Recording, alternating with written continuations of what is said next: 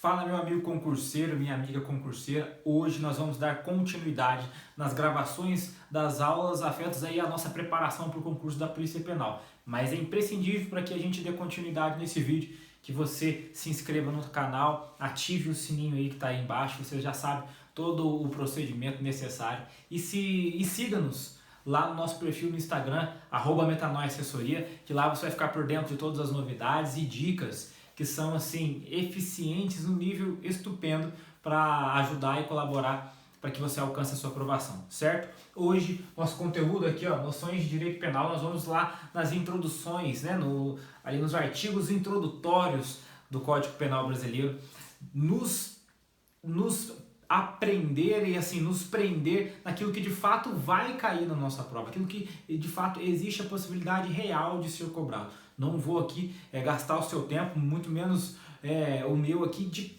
ficar enroscando e gastando tempo com aquilo que a aplicabilidade na prova é mínima. Eu vou gastar com você aquilo que realmente há ênfase e eu vou dar exemplos aqui sucintos e objetivos capazes de nos orientar e nos nortear para a nossa aprovação, tá joia? Vamos lá? Pega comigo aí você que tem o seu material e você que ainda não tem, faça o favor de adquirir o seu material atualizado, sempre atualizado posterior às atualizações pós-pacote anticrime, pós-últimas resoluções aí. Por quê? Porque um material desatualizado pode te levar ao fracasso, né? Você vai gastar tempo estudando algo que não é aquilo que vai ser cobrado, não é daquela determinada forma que vai ser exigido. Então, tem material atualizado, você que não adquiriu, adquira. Essa semana nós lançamos uma promoção no Metanoia Assessoria, na nossa apostila de legislação, ou seja, a apostila que você pagava R$55, você vai passar a pagar agora R$39,99 apenas, para você ter uma apostila atualizadinha e mais um bônus com um simulado de tortura, né, de lei de tortura, completinho para você aí colocar em prática os conhecimentos já absorvidos, certo? Vamos lá? Vamos dar início então à nossa aula? Vou fazer essa aula aqui mais ou menos de uns 10, 15 minutos, para que fique o menos cansativo possível e você absorva o máximo de conteúdo, tá joia? Pega comigo lá no artigo 1º do Código Penal Brasileiro, ó, vai falar sobre a anterioridade da lei, ó, parte geral, título 1 da aplicação da lei penal. Anterioridade da lei. Ó, esse artigo primeiro ele não cai, ele despenca em concurso público. Isso você tem que quase que recitar na hora de dormir. Tão eficaz e é o seu aprendizado na hora de aplicar na prova, tá bom? Veja só, artigo 1º. Não há crime sem lei anterior que o defina, não há pena sem prévia combinação legal. Olha só, o que quer dizer isso? Esse aqui é o princípio da reserva legal. Você precisa decorar o princípio da reserva legal? Não precisa. Mas você precisa entender que isso aqui vai nortear todo o direito penal. Ou seja, não haverá nenhum crime sem que antes haja uma lei anterior ao cometimento desse crime que defina aquela conduta como criminosa, certo? Não há crime sem lei anterior a ele que o defina como crime. E não há pena, ou seja, punição por este crime, sem prévia, ou seja, anterior combinação, ou seja, combinação, ou seja, acordo legal, certo? Não há crime sem lei anterior que o defina, não há pena sem prévia combinação legal, certo? Artigo 1º você precisa decorar? Precisa, é imprescindível. Vamos dar continuidade? Olha lá, lei penal no tempo. Isso eu quero que você decore, tá bom? Eu vou dar um salto aqui, ó, do artigo 2º. A gente vai ler o artigo 2º, depois vai ler o artigo 4º, depois a gente vai ler aqui o parágrafo único e o artigo 3º, tá bom? Vocês vão entender o porquê. Olha só, para você entender aquilo que eu quero te ensinar nesse momento, é necessário que você saiba isso aqui, ó. Ó. Peraí, Elton, para que eu entenda o conteúdo que você vai me explicar, é necessário que eu saiba luta, você vai entender. Isso aqui é um mnemônico, ou seja, uma palavrinha formada com letras-chave que vai fazer você recordar o assunto que nós vamos estudar agora. Olha só, para que você saiba lugar e tempo do crime, é necessário que você saiba a luta. Você vai entender por quê. Olha só, artigo 2º, vai falar sobre a lei penal no tempo. Ninguém pode ser punido por fato que lei posterior deixa de considerar crime, cessando em virtude dela a execução e os efeitos penais da sentença condenatória. O que quer dizer isso aqui? Ó? Ninguém vai ser punido por fato que, por conduta que a lei vigente ao tempo dela deixe de considerar crime, ou seja, é crime furtar uma caneta, sim, é crime. Aí amanhã fala que não existe mais o crime de furto. Não, o furto não é mais configurado nos casos de subtração de canetas estereográficas ou canetas de tinta para quadro de aula. Tá bom? Amanhã sai essa lei, então cessa, em virtude da nova lei, a aplicação da pena, ou seja, a aplicação da sanção na conduta não mais considerada como crime, entendeu? É o caso da caneta, olha só. Ninguém pode ser punido, o cara que roubou a caneta, por fato que lei posterior ao cometimento do crime, ó, saiu uma lei depois do cometimento do crime, deixa de considerar crime. Ó, se uma lei posterior ao cometimento do crime fala que aquilo não é mais crime, eu não posso ser punido por isso, porque a lei posterior deixou de considerar determinada conduta, no caso esta, como conduta criminosa. Então, não há mais o que se falar de aplicação de pena. Olha só, cessando em virtude dela, ou seja, da vigência da nova lei, a execução e os efeitos penais da sentença condenatória, ou seja, é o abolitio criminis, né, que nós conhecemos no direito penal. Quando há uma nova lei que desconsidera a conduta, ou seja, desconfigura a conduta como conduta criminosa, então a abolição do crime, abolitio criminis, que significa exatamente isso, extingue a criminalidade, ou seja, o caráter de crime daquela conduta. E não só extingue o crime, mas também cessa, ou seja, termina, em virtude dela, a execução e os efeitos penais da sentença condenatória. Mesmo com sentença penal condenatória, cessa imediatamente com a vigência da nova lei, que agora não considera mais determinada conduta como criminosa. Certo? Pegou? Guarde isso. Olha só, parágrafo único. A lei posterior, que de qualquer modo favorecer o agente, aplica-se aos fatos anteriores, ainda que decididos por sentença condenatória transitada em julgado. Olha só, isso aqui é o novatio legis in mellis. Você precisa guardar isso? Não. Estou falando só para dar uma encheira de linguiça aqui, para você ver que o direito penal ele é bonito de se estudar. Mas o que significa esse parágrafo único aqui? Ó?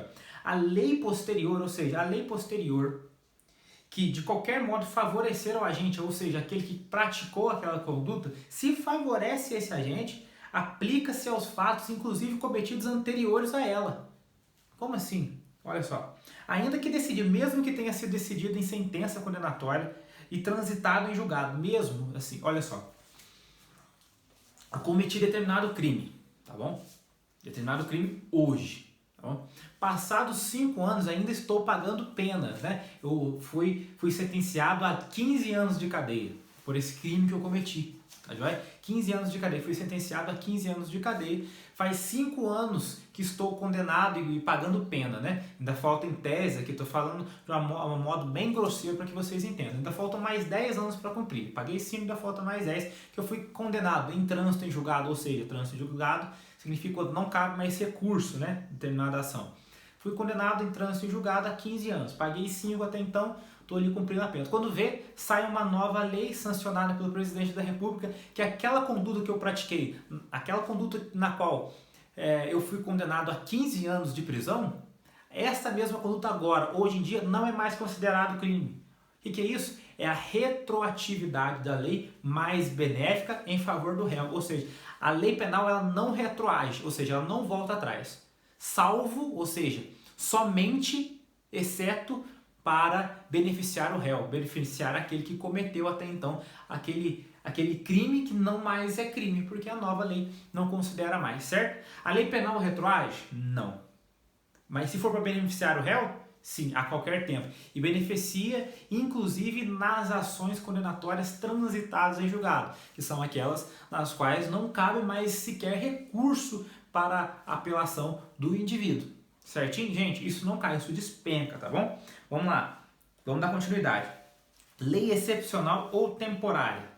A lei excepcional ou temporária, embora decorrido o período de sua duração ou cessadas as circunstâncias que a determinaram, aplica-se ao fato praticado durante sua vigência. O que quer dizer isso? Olha só, existe a possibilidade, dentro do nosso ordenamento jurídico brasileiro, da aplicação ou da promulgação de leis excepcionais ou temporárias. O que quer dizer isso? Que em determinada circunstância, de forma excepcional, ou com determinado prazo, né, para começar e para terminar, é promulgado, é efetivado no nosso ordenamento jurídico uma lei para aquele cenário, certo?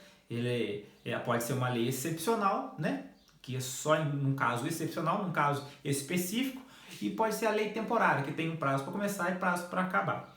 Essa lei excepcional ou temporária, embora termine o prazo de efetividade dessa legislação, embora termine a sua duração ou cessadas as circunstâncias que é determinada, no caso de lei excepcional, aplica-se ao fato praticado durante a sua vigência.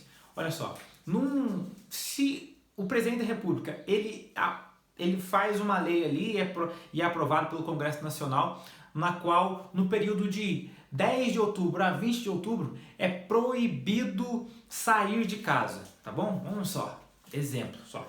É proibido sair de casa. Do dia 10 de outubro ao dia 20 de outubro é proibido. Você não pode sair mais da sua casa durante esse prazo. Ó, uma lei temporária. Ó, tem prazo tem data para começar e tem data para acabar. Data para começar dia 10, dia 20 é o prazo, a data máxima para se encerrar essa lei temporária.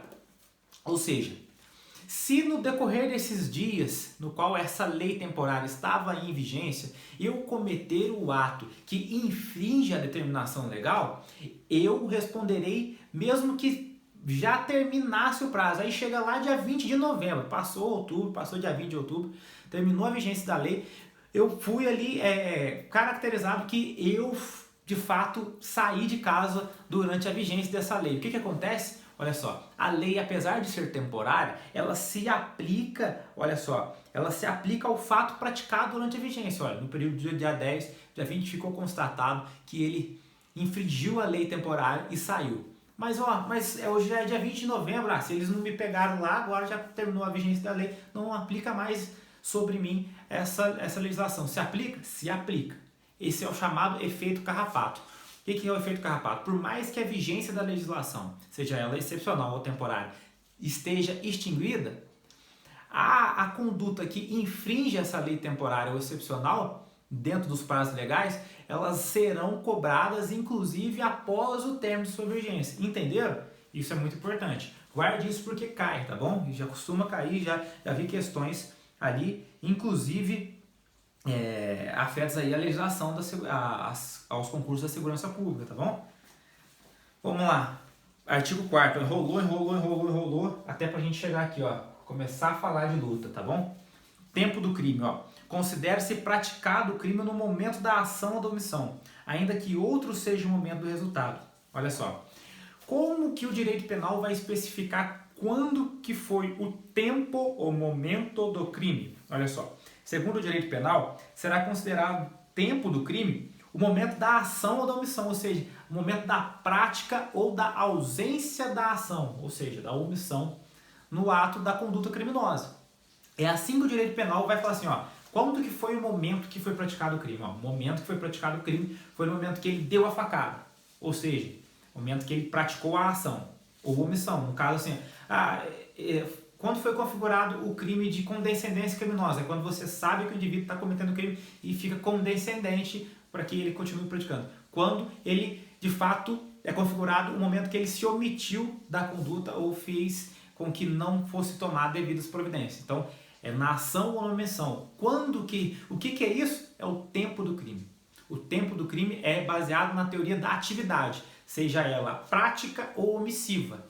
Tá bom? Como que a gente vai analisar o tempo do crime? Repetido novamente. Eu sou bem taxativo porque isso aqui não cai, isso aqui despenca. Olha só. Teoria do crime não. Tempo do crime é no momento da ação ou da omissão.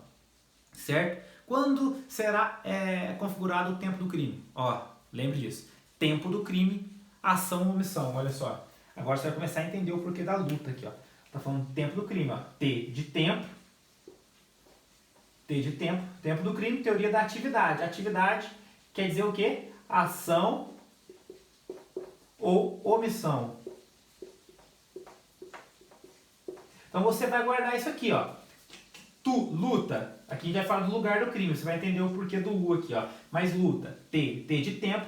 Quando vai ser o tempo do crime? Ó, tempo do crime, teoria da atividade. Ou seja, momento da ação ou da omissão. Ainda que outro seja do resultado, ó. Leia comigo aqui para você confirmar, ó. Ainda que outro seja o momento do resultado. Independente do momento que se deu, ó. O cara deu a facada. Objetivando, querendo o resultado da morte daquela vítima. certo? Ó, qual que é o resultado que ele quer, né? Que o agressor da facada ali, né? O criminoso quer com a facada, ele quer o resultado morte da vítima, certo? Só que o cara deu aqui, ó, na facada agora, e o resultado foi em outro momento, ó, ele morreu 2 dias depois no hospital. Mas qual foi o tempo da ação, o tempo do crime? Quando foi o momento do crime? No momento da ação, que foi o momento da facada. Não foi quando desencadeou o resultado, quando ele veio a morrer depois de 2 anos, não. É o momento da ação ou da omissão, ainda que outro seja do resultado. Sempre vai prevalecer o momento da ação ou da omissão, certo? Olha só, já pegou aqui metade, ó. O TA, a gente já entendeu o porquê do TA daqui da palavra luta, do mnemônico luta. Ó. Tempo do crime, teoria da atividade, que é o quê? Momento da ação ou da omissão. Dá continuidade aqui para mim, ó. Territorialidade. Em vez do artigo 5º aqui, eu vou pular o artigo 5º, que vai falar sobre territorialidade, condicionada, temperada ou condicionada. E eu vou lá para o artigo 6º para vocês a gente já finalizar essa parte da luta aqui e a gente conseguir finalizar com tranquilidade esse mnemônico. Olha só, agora a gente vai falar sobre o lugar do crime, artigo 6º. Então, ó, pula o artigo 5º e os seus parágrafos, vai comigo lá no artigo 6º. Ó. O artigo 6º vai falar o seguinte, ó, considera-se praticado o crime no lugar, olha aqui, agora a gente vai falar não mais do tempo do crime, a gente vai falar do lugar do crime. Considera-se, para o direito penal, praticado o crime no lugar em que ocorreu a ação ou omissão, no todo ou em parte, bem como onde se produziu ou deveria produzir-se o resultado. A teoria da ubiguidade. O que é ubiguidade? A teoria da ubiguidade é o quê? É quando, ubiguidade, é os dois, tanto a atividade quanto o resultado. Olha só, o lugar do crime, ó, o L aqui, ó, L de lugar. O lugar do crime, ele vai se basear na teoria da ubiguidade. O que é a teoria da ubiguidade? É quando ela se baseia para a definição do lugar, tanto a ação, no lugar da ação ou da omissão, quanto no lugar onde se deu o resultado.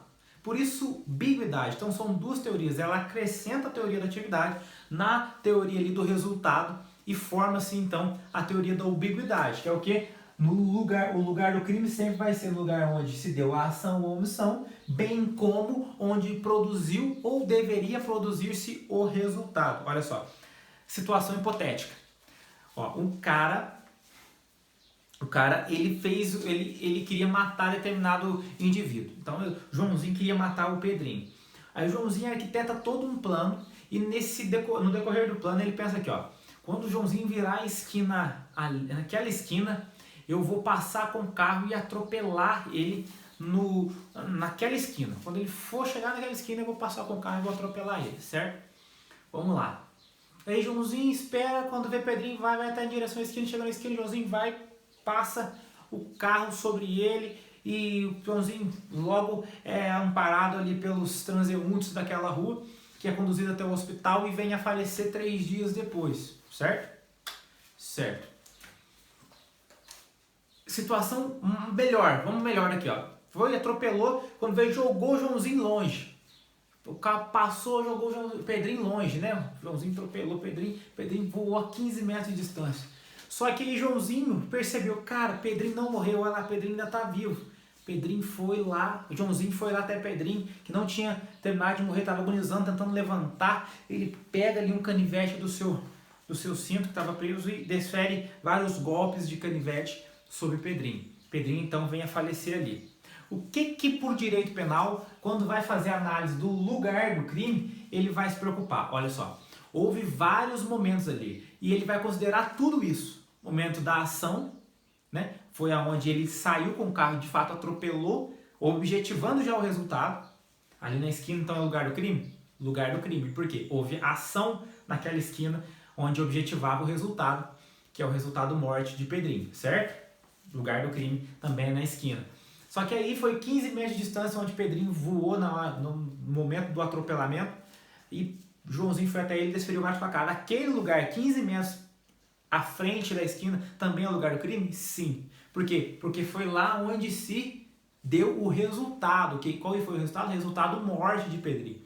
É onde se deu a ação ou omissão, bem como onde produziu-se o resultado. Na teoria da ambiguidade, ó, na luta, considera tanto a ação quanto a omissão, quanto o resultado. Por isso, bi, tanto a ação ou omissão, quanto o resultado. Lugar do crime, ubiquidade. Por isso, luta. Quando alguém perguntar para você assim, que vai cair muito. Teoria, explique para mim que o lugar do crime, o lugar do crime é a ubiquidade, é a ação no lugar da ação ou da omissão, bem como onde produziu-se ou deveria produzir-se o resultado. E o tempo do crime, quando se deu de fato o momento do crime. Lembre essa palavra, momento. Tempo do crime. Aí já é a teoria da atividade, é onde se deu a ação ou omissão, certo? Guarde isso porque isso cai muito, tá bom? Cai muito, muito, muito mesmo.